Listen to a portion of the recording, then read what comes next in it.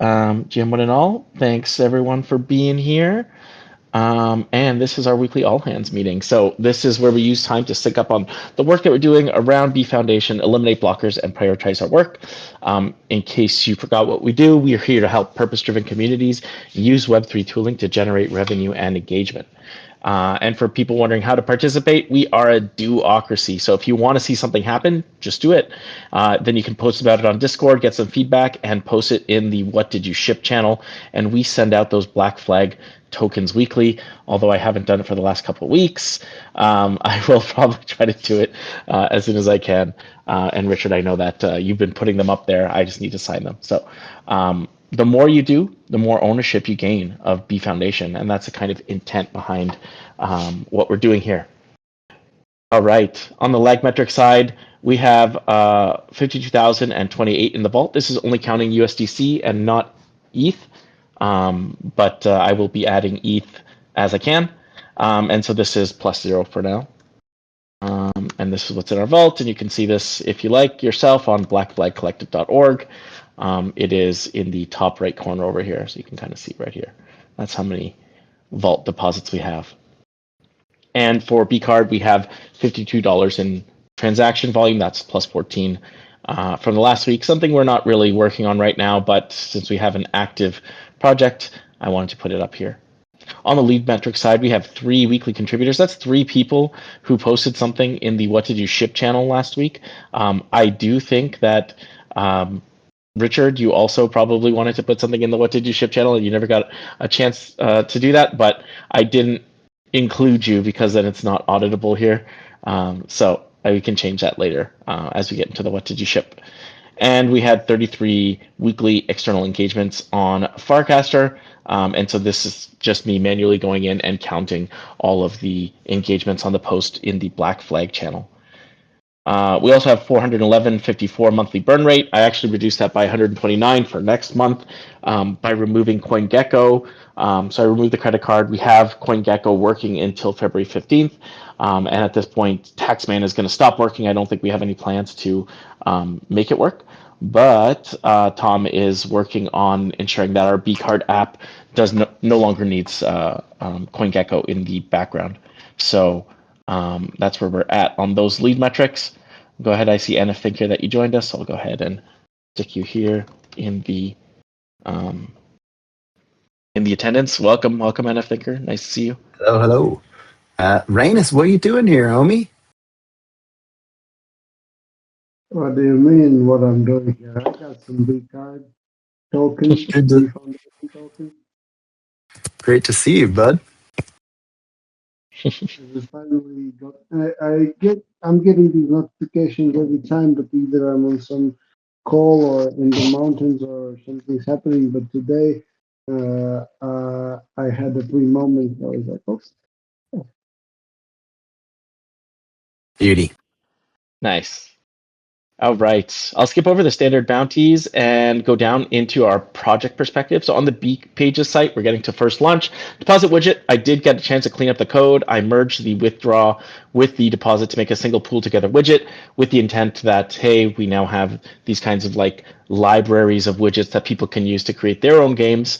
And the next step for us is to allow users to deposit more than $1. There's kind of like these fixed amounts that they can deposit with a single click, $1, $5, $10, and same with withdraw. So we're gonna change that so that it's a little bit more, let's say, easy for users to kind of see what the next step is. And as well, right now, if you don't have ETH or USDC in your embedded wallet, it's basically gonna not show the deposit, and it's not going to tell the user what they need to do to deposit. So just going to add a couple of instructions around there. Basically, the flow to depositing, now that we have it working relatively well, I would say that like 90% of the time it works. And it's just like 10% of the time you get this error that I honestly have not been able to fix. But I think 90% is pretty good for now. And as we get usage, I can work on that a little bit better. But I'll work on the UI a little bit and get that out as soon as I can. And then that was the next steps as well. Next up on B pages, we talked at the product meet yesterday about getting an admin panel going, and I'll start working on the badges widget next. Hopefully I can get another contributor to work on the implementation for that. We'll see. I'll poke her. You may have seen her talking in the team chat, or sorry, rather in the open chat. So once I get a spec, I'll try to get her to do it for us. And so, yeah, that's what's going on with B pages. Any questions before we move on to the next? All right.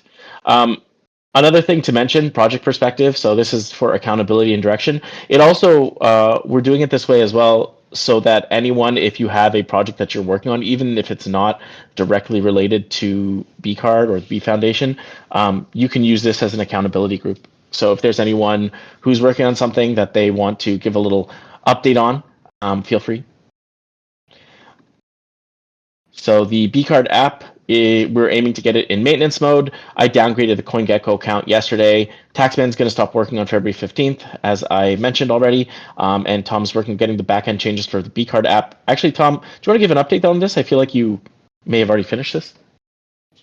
Yeah, so I just thought there was only a couple of tokens that we were directly looking up based on when rewards transactions were being issued to calculate appropriate rewards. So we just sort of hot-wired those 4 particular token prices so that lookups weren't going to be an issue moving forward while we're hanging out in maintenance mode.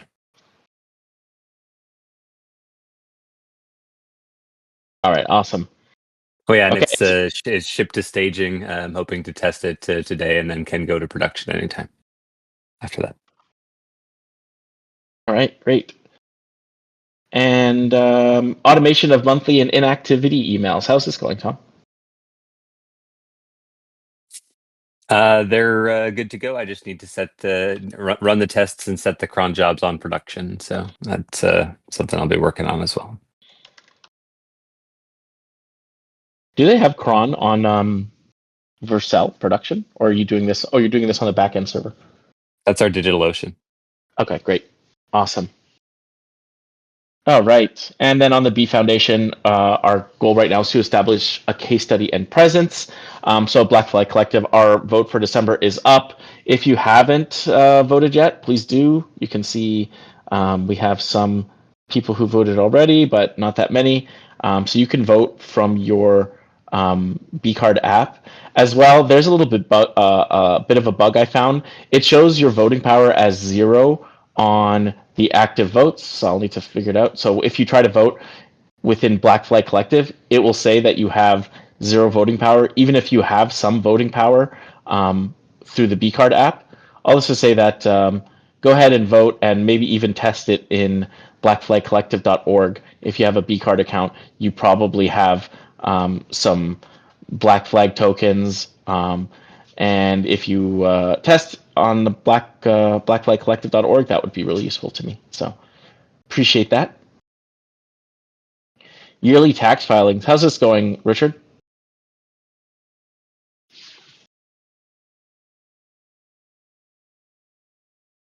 On one screen, I have to switch to unmute. But so I guess so. It's good to hear that Taxman's going to run until the 15th, because I had a few things that I wanted to make sure that I had at least a backup transaction from, and I hadn't done that yet. But anyway, kind of in the prep mode. Okay, awesome. Okay, great. On the reducing burn, taking down Taxman, reducing the emails we have in Google Apps. Actually, I don't know if actually taking down Taxman will reduce our burn. I'll leave this until the 15th, Richard, because I heard that you're using it. Okay. But obviously we don't want broken links and that kind of stuff. But yeah, I'll probably take it down at some point. But I think it's being held in Vercel. It'll stop working regardless, right? Like on the 15th. Okay. I'll just leave it for now. But Tom, I'm gonna run make sure that I have what I have and run it ASAP. So Cool. no Sounds worry. good. And I actually I just ran something now, so Awesome. checking it. But Yeah, so I'm pretty sure that Taxman is on Vercel. So it's actually not going to cost us anything to just leave it anyway. So no biggie on our part to leave that up. And then I'll also be reducing the emails we have in Google Apps. There are other things that we can do to reduce the monthly burn. We have like some accounts like we're using like Tally, and I think we're literally only using it for gathering Black Flag Collective information, like for our monthly votes and stuff like that. So there are other things that we can do to reduce this, but for now, I'm just focusing on some of the things here. But now that we have CoinGecko, that's kind of done. That was the big chunk. That's going to reduce most of our burn by I think like half or a third or something like that. And on the playbook, no progress since last week. I do think that what we had last week is a good beginning to the playbook, but it doesn't synthesize everything to the point where we have actually like actionable things that we have. It doesn't really provide enough direction. We did talk about it at the ops meet last week, and we did talk about it at the all hands last week, but hopefully we can continue to use the all hands as a way to refine that. But I'm not going to bother with this all hands because I haven't really put any work into it last week. So we will move on from there. On the task perspective side, let's pop this open here. All right. So the admin dashboard refactor, how's this looking, Tom?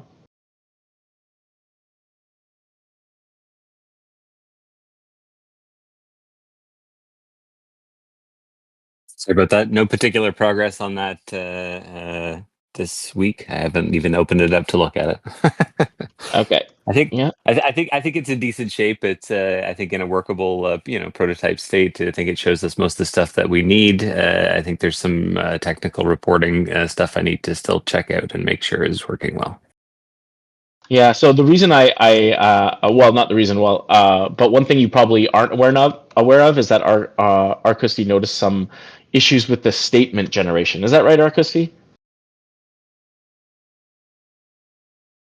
yeah, and I've got some stuff I can send to Tom now. I was running that before the meeting, so Yeah. Some examples. Yeah, maybe you can just put it in the product section so either Tom or I could look at it. Okay. Yep, that sounds good. I'd like to get that fixed up with some feedback. I can hopefully tighten it up. Sweet. And so you already gave an update on this, Tom, the automated monthly statement emails. And so this needs to be tested and pushed to prod. Okay. And the same, I think, is the same with the inactivity fees, with the inactivity emails. Is that right? Yeah, there's a bit going on in the dashboard in the admin side for checking out inactivity fee stuff, and then there's an automated bit on the back end that's as well sort of in queue for testing and cron scheduling. So I think like NF Thinker was interested in this inactivity fee feature. So NF Thinker, can I get you to take a look at some of the stuff that's on the dashboard? Yeah, absolutely. Where do I find that dashboard? So it's actually Admin.getbcard.io should get Gotcha. you there, and we can get you some creds if you need them. Yeah, the credentials are in vault like they're in our vault. So when you go in the vault, you can find those credentials there. I made sure that you have access to them. Okay, I think I'm actually probably logged in on one of my browsers, so I'll try and get in there. Great. And I know where your default is. Oh, I meant to say I did try and vote while you were on the line here on blackflagcollective.org, and I can't vote because no bank staked, I guess. So what is it? Does it say that you can't vote? Well, I'll just put one for everybody, boom, submit vote. And I have voting power 0 bank. Mm-hmm. And then when I try and vote, it says sad face. Okay. That. Do you mind sending me your email that you signed in with, like just in DMs, and I'll Yep. just check and see what you got there. Yeah, with the voting power not right, it's hard for me to say for sure, but it looks like you may not have any token in there.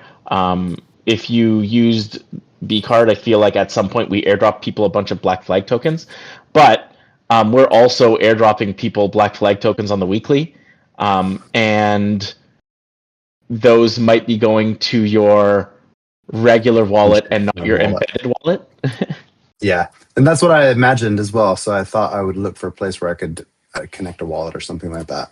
Yeah, But we I don't have can't that see yet. anything. Yeah. Okay. But that's something to note because we do want people to do that. But if you have those in your external wallet, I guess just to say, like, the intent is for us to be airdropping these to your embedded wallet, or not your specifically, but like a member's embedded wallet. So it's like kind of like a seamless experience. Mm-hmm. And all of the kind of like wallety functionality around your embedded wallet isn't there yet, so it's hard to see like what's in the wallet and other kinds of things right now. Yeah. Yeah. Okay. So we need to add some of that. Absolutely. And I just voted. I just deposited. Everything looks good to me. Sweet. Awesome. All right. We talked about the taxes already, and then this article. I'm going to assume, Richard, that you're not going to actually write this article. Does that make sense? yeah, I guess, yeah, we could probably say that's uncompleted. And then maybe I get some inspiration for something else. Okay. Sounds good. It's All right. So what did we not ship that last week? Go ahead. Oh, I was just going to say, I should have been inspired to write it, but it's probably more a factor of the writer's block than anything. Well, I mean, if you're having writer's block, it's always nice to have so if you can't write an article, write a paragraph. If you can't write a paragraph, write one true sentence. And if you can't write one true sentence, then just go seek inspiration. At least that's the mantra that I've had in my head. But you can go back and forth with like ChatGPT or something like that if you're actually somewhat inspired by it, and to try to come up with like an article overview. But if not, don't feel obligated either. Okay. Right. Getting back into what did we ship last week? So last week, Windburst taped and shipped the All Hands. That's 2K B card. I prepped and held the weekly All Hands. That's 2K B card. I held the Ops Weekly. That's 500 B card. I shared the weekly meet on socials. That's 250 B card. I updated the deposit widget and merged the withdraw widget into a single component. That's 2500 B card. I looked into canceling CoinGecko and did it. That's 1K B card. Tom added Hotwire Override. That's 500 B card. And I held the product meet. That's 500 B card. Anything else that we did this week that's not here? I did actually have just one half-hour partnerships meeting. It was right before this meeting.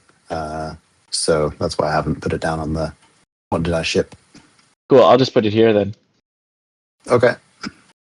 This was with Together Crew? Yes. Right. Nice. Anything else? Not from me.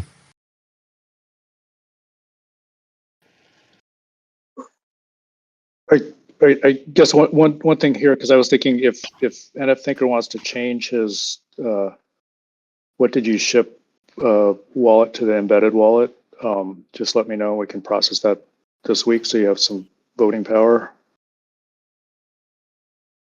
If it's going to complicate things, then let's not worry about it because then everything will be it'll all be in. I don't know. It depends. What do you think? Links. I was thinking that we should all change it to our embedded wallets. Okay. So where do I find my embedded wallet? Can I actually find that in? Oh no, I So if wouldn't you be able go, to find that. yeah. So if you go to login, and so I'll just put my email. You know what? I better stop sharing. Hey, where's your seed phrase? But yeah, but basically, if you log in here at the bottom of the deposit widget, it shows. Actually, I wonder if I'm. Oh, gotcha. And you can actually copy that address. So I think like we should all potentially do that, just to like test that like kind of, let's say, recommended flow. That looks Okay, like Richard, I'll send you my embedded wallet. I'll send you mine too. All right. Okay. Anything else anyone wants to put down here? Okay. Let's get into the discussion topic. All right. So this one is something I've been thinking about a little bit more lately, and I think it's like there are lots of, let's say, current events happening around the idea of rule of law versus law of the jungle. And so, what I mean about this, law of the jungle, is essentially that the strong dominate the weak. It was like a term coined by Rudyard Kipling in the Jungle Book, and it was this kind of this kind of like code of living. But essentially, when people use it today, what they're saying is the strong dominate the weak. And then the rule of law, on the other hand, is everyone follows the same rules regardless of strength. So like, this idea like no kings, right? It's the idea that no one is above the law, everyone is subject to the law, and there are some implications of that. But where did this all come from? Well, a little history before we get into it. Basically, after World War II, in the late 1940s, an international rules-based order emerged with the USA leading the pack. And this was because the USA was left relatively unscathed after the war. They had full production and capital ready to deploy into potential member states. After World War I, they tried to create a League of Nations, and the USA was kind of like, no, we're not interested. And that League of Nations didn't really work. But after World War II, I think like the zeitgeist in the U.S. was like, yes, we want to avoid another world war like this, so we will take that kind of like leadership that we will take that kind of like leadership position. They lent money to a lot of the countries who were basically devastated after the war to rebuild their countries. They sold goods to countries in exchange for economic integration, and so you see this like kind of get a little bit more weaponized in the future with third world countries. But right after World War II, it worked really well, this kind of economic integration. And so what it really created was this rules-based hegemony with the USA at the center. All the sovereign states were equal in the eyes of the UN. Borders were not changed by force or war. Disputes were settled through institutions, treaties, and diplomacy. And so this was kind of like an international order in which all countries, or at least all member states, had a seat at the table.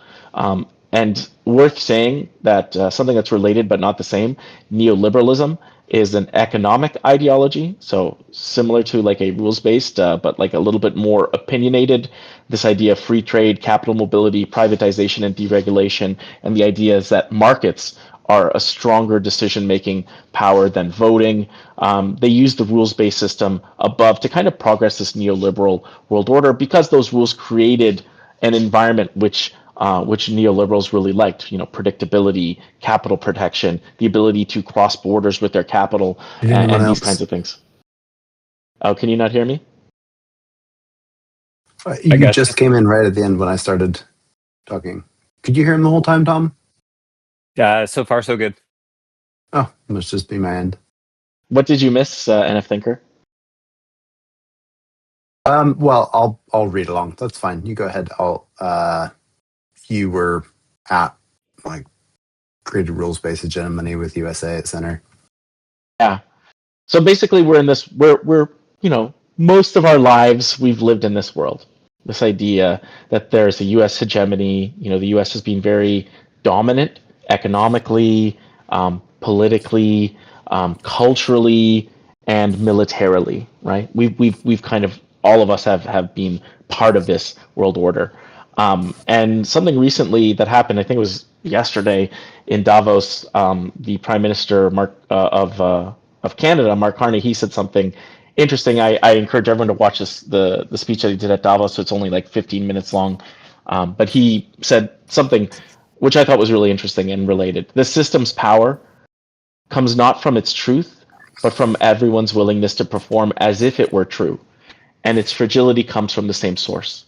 When even one person stops performing, the illusion begins to crack. And he was basically saying that this rules based order that we have, in some ways, is an illusion. You know, we didn't have this idea that all states were equal. It's true that some stronger states had more say than others. Some states were allowed to, pollute the environment and have human rights violations and other kinds of things, while others were not. You know, so it wasn't exactly true. But the reason he said that was because there are actions being taken by the USA recently, which kind of like show that they're not really into this rules-based order anymore. And so, USA using coercion to get Venezuela oil, USA threatening to annex Greenland, Canada, and Panama, and the USA pulling out of Bretton Woods institution. These are all signals that the USA no longer is looking at a rule of law. They're looking at a law of the jungle. And so that kind of illusion that we've been living in is cracking. And so why does this matter? You're probably wondering, why are we talking about this at this BFoundation meetup? I think that the idea of blockchain has been really interesting because even in a rules-based order, there's always this kind of underlying threat of violence of the state, this kind of like monopoly on violence that backs the rules. And blockchain showed another potential way forward for rules to be applied through neutral smart contracts. I think like that's kind of like the goal in a lot of ways for blockchain, but it was not. I don't think we fully realized that goal in a lot of ways yet. I mean, we do have these kinds of independent incentive systems that seem to be working right now. Things like Ethereum, things like Bitcoin, which people are kind of engaging in, and they seem to be like this kind of like steady state of incentives with no central actor really controlling the system. So there's no kind of hegemony at the center of it like we've had before. But I would say that the social layer around blockchain has always been law of the jungle. So there's always been Sybil attacks, extraction, rug pulls, hacks, and scams. I think like when I first joined Bankless DAO, I proposed a mechanism, and someone said, "Well, how do we stop Sybils?" And I was just like, "Well, why does that even matter?" And they basically gave me a quick and dirty a quick and dirty lesson on how we're in an adversarial environment. Everything is like, you just have to assume that everything is going to get attacked, and so you have to build your systems that are resilient enough to handle those kinds of attack. And so I think like having gone through that at Bankless DAO, I think anyone who tries to create a rules-based community is kind of naive and will eventually fail. Rather than having rules, I think we have to create incentives, and those incentives are backed by certain types of power. So you kind of see this like in the ways that we're trying to do things here, which are a little bit different than what we were trying to do at Bankless DAO. The way that we set up Black Flag Collective versus like the way that other groups might set it up. It's really about creating incentives rather than rules. And I did write an article on this a couple of years ago. I think it was in 2022, so something like 4 years ago, about how we were looking at it in the grants committee at Bankless DAO. Yeah, and so I think that that's kind of like the, let's say, the preamble for this. But yeah, I guess, does it bring to mind any thoughts? Does it bring any questions or comments on what I've said so far?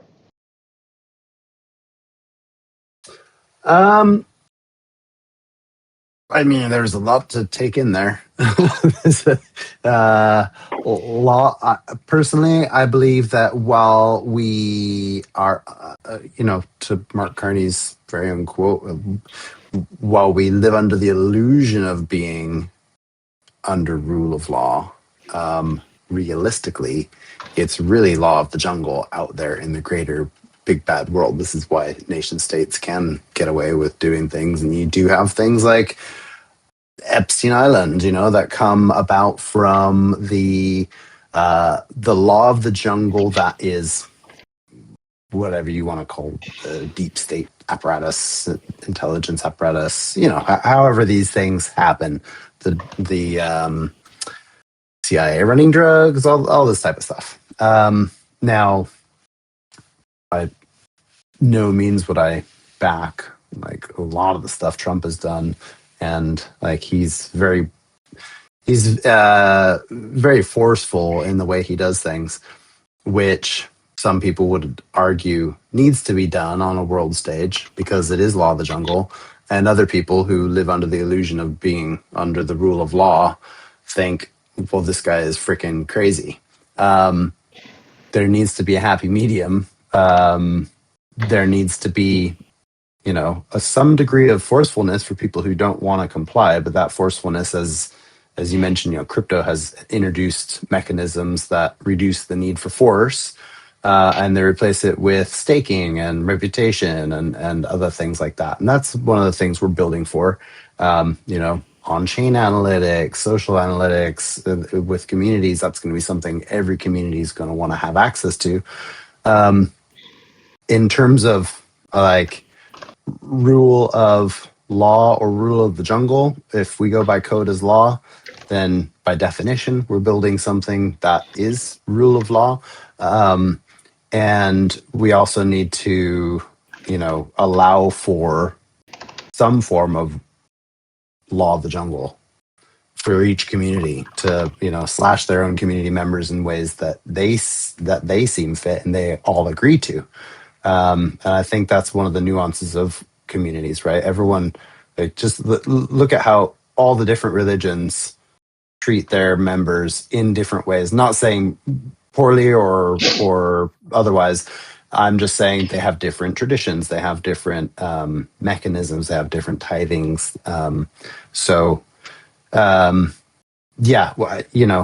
Communities will be political in their own ways, and we're not here to get in the way of that. What we're here to do is to create a codified system that they can use for communications and voting and raising money and directing funds and accessing all the tools they need. Does that cover it? Yeah.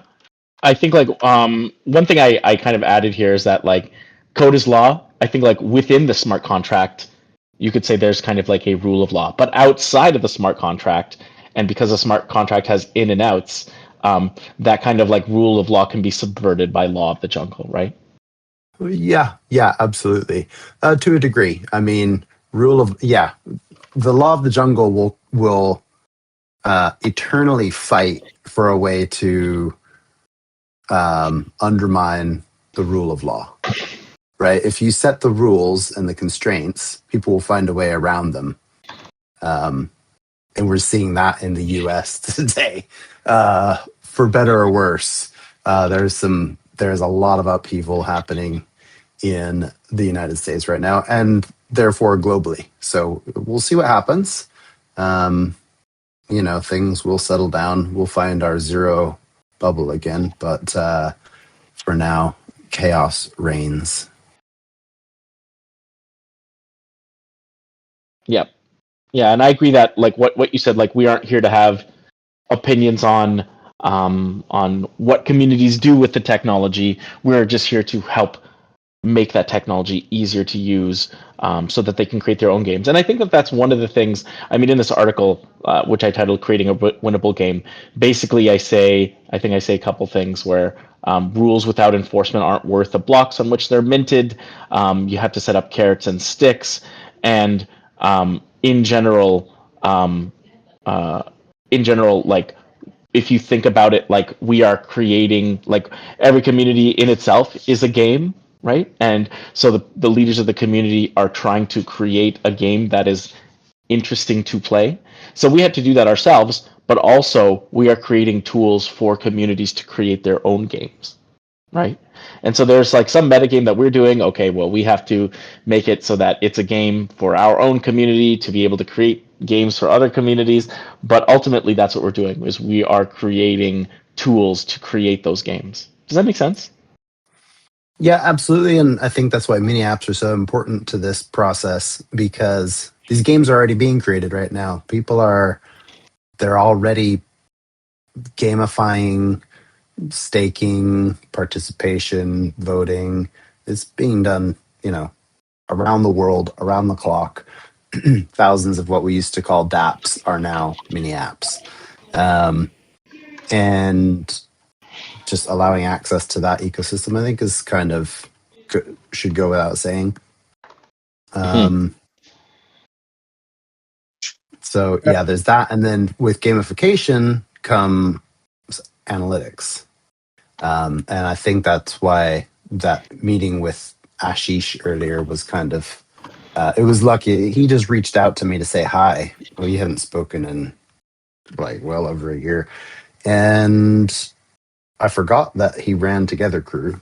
And well, I remembered, but it wasn't the top of my mind. So when I mentioned that we were taking a pivot here to more community stuff, he was like, "Oh, that's nice." And then I was like, "Oh," he just ended that conversation abruptly. So I looked into it, and obviously, what they provide is community analytics. And so, yeah, definitely something worth exploring there. They did they are VC backed, but they're kind of running out of runway, so they're starting to cut back on their costs right now. They have a good few months left to explore possible avenues to keep everything up and running, and he'd be interested in working with us. However, like giving us any support we need on the analytics side and trying to build something that would work with us without actually charging us for anything. Cool. Yeah, I do think that analytics are interesting. It's kind of like what we've talked about with like creating some of these like on-chain kind of analytics. But like, I think if I'm not mistaken, Together Crew does it more around like, hey, you have a Discord community, you have an X community. We're going to give you one place to look at all of that stuff.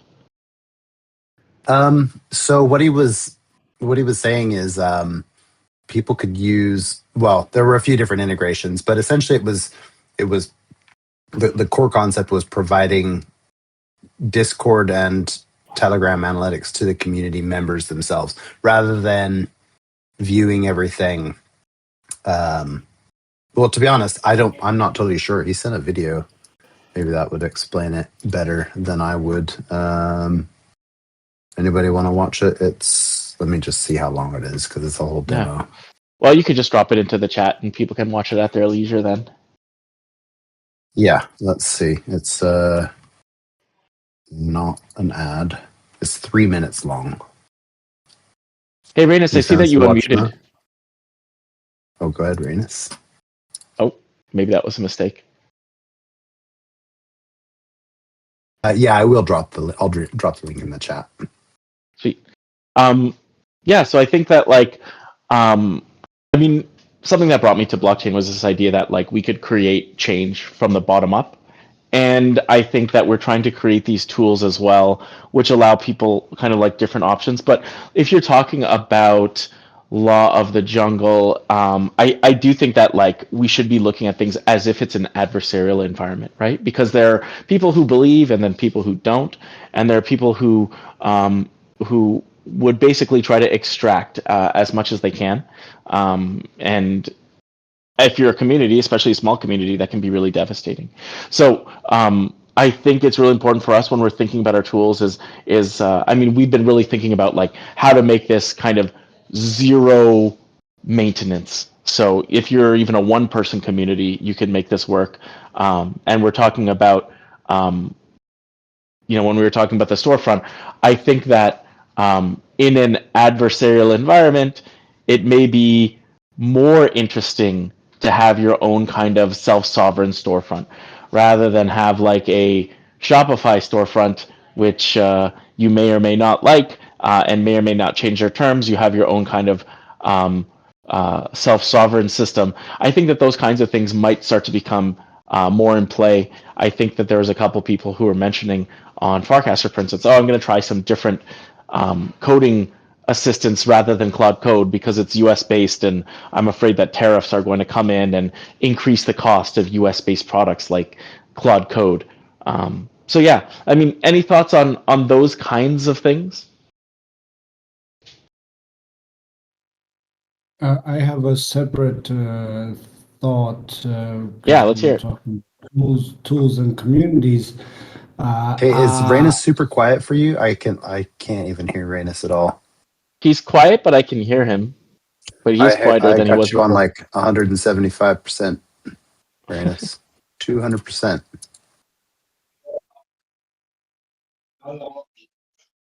I still can't hear Rainus. I'm gonna drop out and come back. What about now? Yeah, I can hear you. Yeah. Yeah. Now I hear you. Okay, all right. I had wireless those headphones, and one was on the other side of the room. Just Gotcha. yeah, I was thinking about tools and communities, and I don't know if you guys are interested, but we built a tool for our 401 music community. Mainly Jonathan built it, a railway app, which is like a bounty board slash team management platform. Yeah, we just finished it a couple weeks back. So if you guys want to, I can show how it looks like. Yeah, I'd love to see it. Can you drop a link? No, it's members access only. It's not public. I can share my screen if I Sure. can do that. Ah, I cannot share. Oh, I can. Amazing. So this is what it looks like. Basically, it's a bounty board for made for the community. The community has two tiers. There is contributor and management tier. You are viewing everything from a management tier viewpoint right now, but contributors get to see these four top things. So basically, what we have here is a home. So here is all the bounties that are available, all the bounties that I am are currently active tasks for me, and I have quick buttons to reach what I want. There is my tasks, which I have that I can claim, and there's my progress. With also you were talking about gamifying, so this is where gamifying contribution with achievements within the platform, like keeping the streak, gathering tokens, how many bounties you've done, all that stuff starts counting and starts giving you extra XP points and uh, achievements besides on the like the tokenized reward that happens for every bounty. Yeah. So each bounty has some kind of an amount of token that you can get. Maybe in the future, if we find a way how to make this legal with taxes and everything, we can also provide a fiat reward because the token currently has zero value. But basically, the process is like this: there's a bounty available. You press claim. You can add comments. And when you press claim, then you have to do it. And then there's a submit button, like here. I can submit my work, what was done, links, proof, and if any collaborators. I have all of the members of the community here. I can add as collaborators and stuff. So all these details that would need to do are done, like comments and everything. And then I claim bounty, receive tokens, and keep on doing. The bounties are issued by the management. There's like a board, a Kanban board of everything that is open, in progress, review, done. Also, all the by management is all the bounties are reviewed by management and then submitted. Here's like approvals, people who have submitted their work but are not accepted. I have an overview of all of the activity on the platform. There's an overview of the team performance, like total stats. There's financial stats of the organization. No, stats in general, financial stats of the organization as well. I can add income, expense to overview how the like finances are going in my management layer. And the coolest thing is we have a chat here in uh, in the app we have an individual chat, because we, for our community, had always a problem. Nobody's checking Telegram because they have a million groups there. Nobody's checking Discord because they don't know how to even log in or forgot their password. So we created for ourselves our own chat native in the app. So everything for this community will be in one app, so they no one has any excuse that they didn't see anything or they didn't know something's happening. Everything is in one place. And so there's also I can call March here, so we have a working like phone video Interesting. That's call. funny. Yeah. This works. If March would pick up, then I can like turn on the video.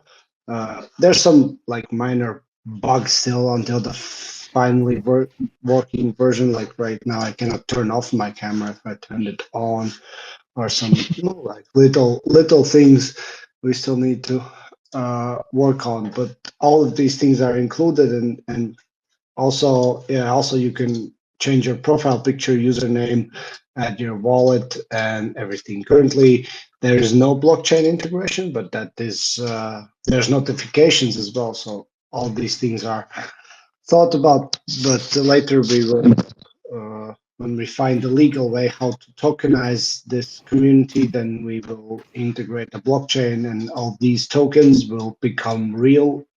Currently, they're just imaginary. So yeah, that's what we've worked on in the past. I don't know. This was in the making for like 3-4 months, but now it is. And there's a Nice. little snow because it's winter. So Yeah, it yeah, reminds me of Wonderverse. Do you guys remember Wonderverse? There's another one too. There's a couple of these ones that kind of came Yeah, out, that which one were and what was it? D1, yeah. I D was thinking something, the D D work, one too. D work. D D work. work. That's it. D Yeah. work. D work. Yeah. Yeah. Yeah, Very that's cool, good. Rainis. Yeah, interesting. So I thought this aligns with the topic of the current topic of tools for communities. This is not something we would be able to give to somebody like randomly or sign up yet, because it's made specifically tailored for that one community. But it's definitely something like I wanted to show off. Yeah, so like the intent with what we're doing with B pages is to create a bunch of those like little widgets. So like let's say you had like a task widget, and then we would then allow communities to kind of put it together themselves on their own website. Actually, Tom and I are kind of talking about how we might create like a kind of like harness or launcher for this. Because when we talked about doing a storefront, we talked about, oh, well, we would actually need a launcher to create the smart contracts and other kinds of things. But yeah, the intent is with B pages is for us to allow so that any community can create, something like that. I don't think we would be able to do all those custom features, but then again, not every community has someone like Jonathan who's able to do that kind of stuff either, right? So reducing the kind of burden, or let's say scale of effort that they need to create some of these tools, and doing it in a way that is still self-sovereign for them, and cheaper than some of the alternatives. Yeah, so no, really interesting, really cool, Rainis. Why did you guys decide to take the time to make that?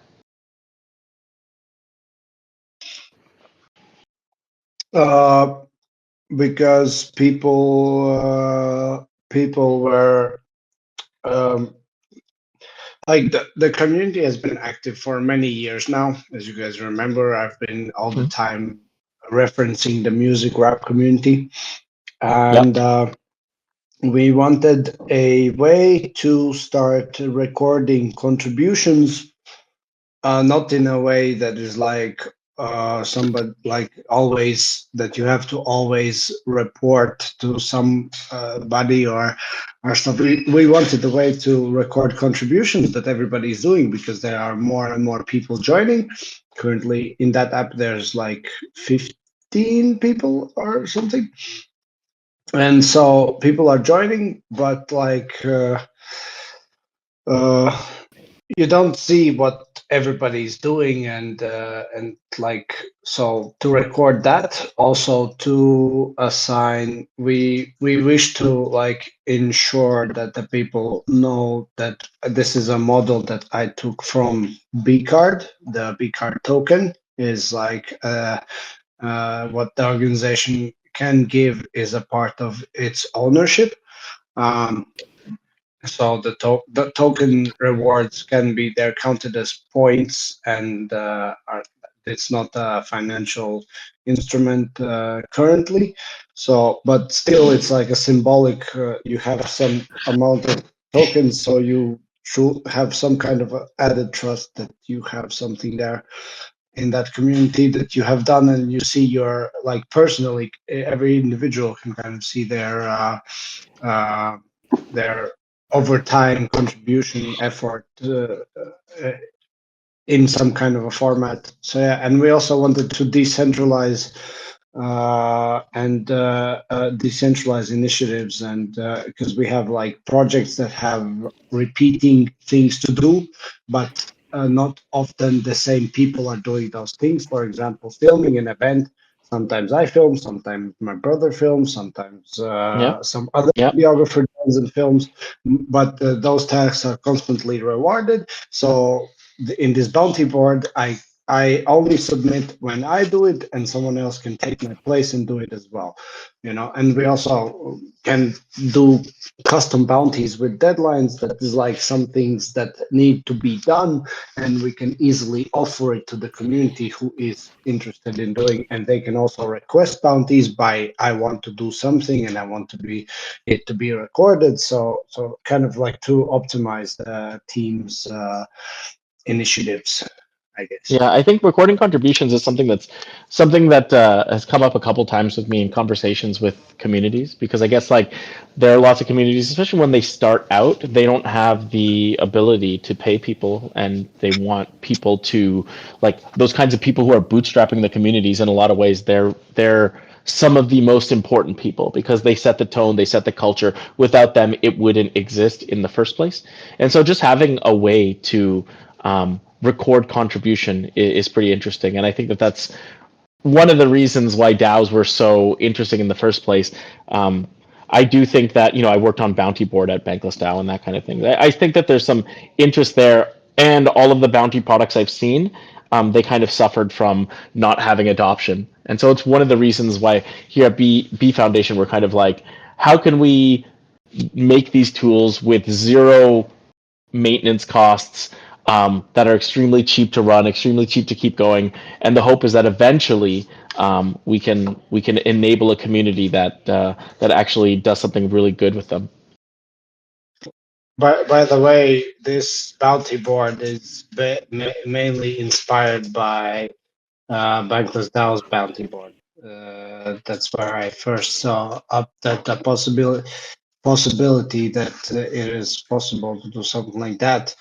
But we need it in a different, like, I couldn't find it anymore right now when we started building, because I wanted to check what it looked like, because I remembered it, but we kind of tailored it customly for this specific community. But yeah, a lot of inspiration from B-Card and Bankless DAO in this one. Yeah, the bounty board project was really fun, because we basically, like, the reason why we took it offline was because it costs a lot of money to keep running. We needed a Discord bot, we needed a server, we had like all of these kinds of like incremental costs that we just couldn't handle. Like every time Discord changed their API, we needed a developer to come in and change it, and that happened like 3 or 4 times. And so we just kind of, after one change where the Discord bot broke again, we were like, okay, we can't keep doing this, and so we kind of shut it down. The new way that we're looking at it is really like it's a piece on the website, right? So just like we have like each of these, not that one, each of these like little widgets, we basically create a widget. So you see we have like this vote page and this vote widget. It would be a little it would be a little bounty page and a bounty widget, or what we're calling it is like a contribution page or a contribution widget. Right now we're doing it on Discord in the what did you ship. We're kind of doing it manually. But what if we could put that stuff directly on chain, and we could have like some form of just of just like having that management team or something like that approve this kind of thing, and then we had like and then we could kind of like ship them tokens as we go. Anyways, something that we're looking at a bit more closely. Like I think the way that we're doing it right now is not bad, but it doesn't lend itself to searchability or kind of indexing. But yeah, something we'll work on in the future. Would a some kind of a simplified, a more generalized version of this bounty board be something of interest to communities? What do you think? I think that like we're trying to build for our own community, so it's mainly like me, Richard, and the rest of the people who are kind of putting their contribution in. So yes, I do think like a simplified version could be interesting to communities, but it's not immediately I have like like maybe one community who said that they were interested, but we're going to use it for our for BFoundation. And then another thing we're going to do is like I'm going to see if I can use it for Black Flag Collective. So contribution is hosting an event, and contribution is attending an event, right?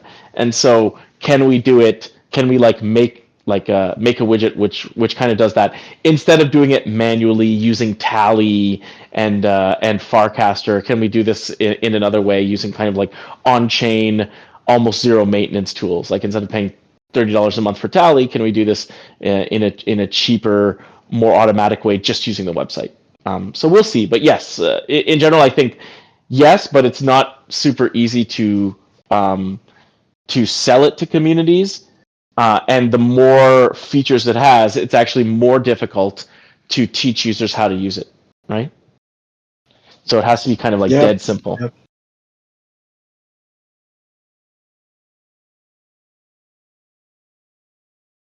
Right.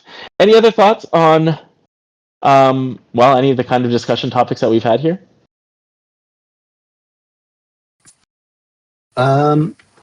Yeah, nothing major. Just it's nice to see the pivot starting to form. We've got a lot of foundational work that's been done, and I don't think it's too much of a lift to now package this up and turn it into something that communities are going to want to start using. It's nice to see that there seem to be more events happening, and we are in the dead of winter. Well, on this in this northern hemisphere anyway. So maybe as summertime rolls around, we'll start to see more people out there hosting events, and then it would be, I think, in terms of growth and what we want to be providing for people. Obviously, originally our metrics were based around how many new communities are using the card and how many community members are using the card. Maybe we need to pivot to how many endowment funds have we created, or what do our new metrics look like? What do our new goals look like?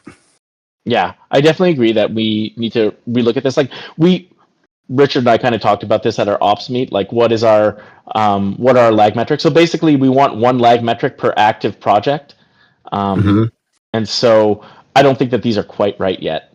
But the intent is that we have one per active project. We're trying to kind of like reduce the maintenance on B card, and so that's kind of like why we're doing this CoinGecko and automation stuff.